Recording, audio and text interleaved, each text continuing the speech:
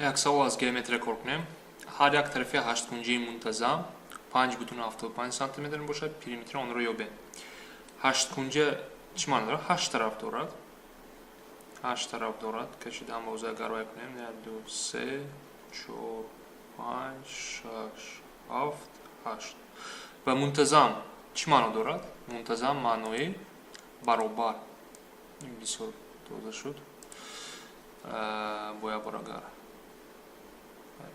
تقریبا همه خیلی است. هر یک طرف اون با 5,75 برابر می باشد و پریمتر رو باید ببینیم. پریمتر چی بود؟ همه طرفای جمع کردن. یعنی من باید چیکار کنم؟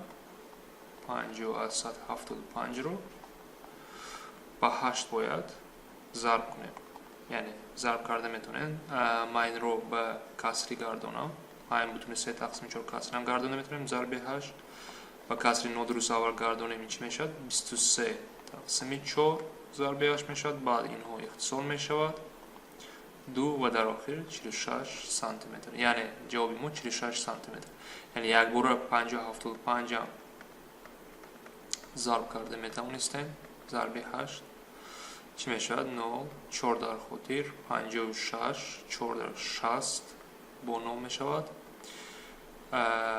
چه میشود؟ 46. یعنی دو نمود ضرب کردن شدن بود از جهت دهی و کسری. جواب هر دوش هم 46 میشود.